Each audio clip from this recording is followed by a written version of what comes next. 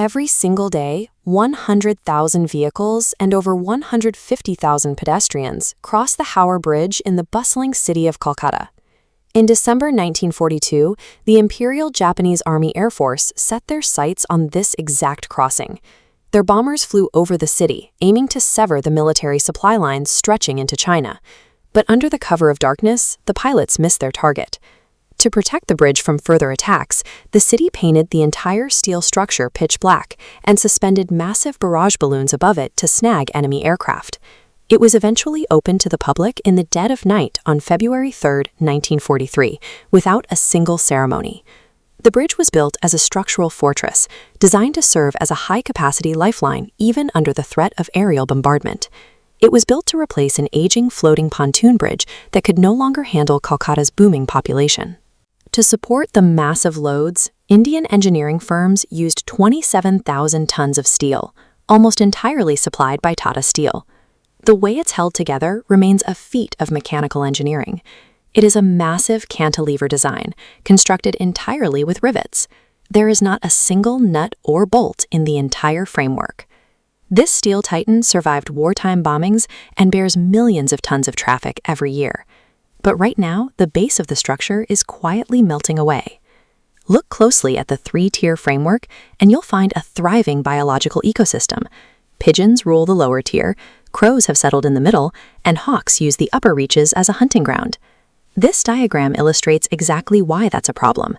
The birds produce a massive amount of droppings, containing high concentrations of uric acid.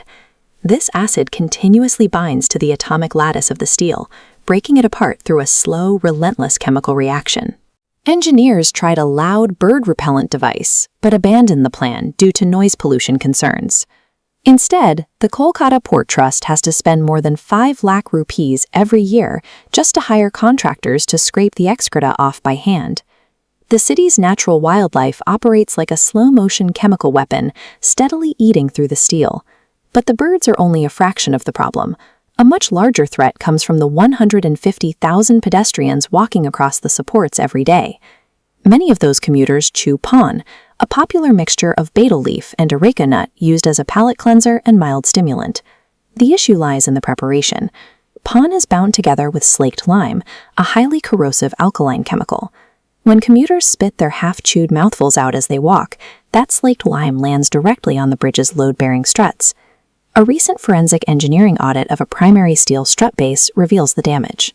The slaked lime has literally eaten away half of the protective steel casing, reducing the base thickness from 6 millimeters down to just 3.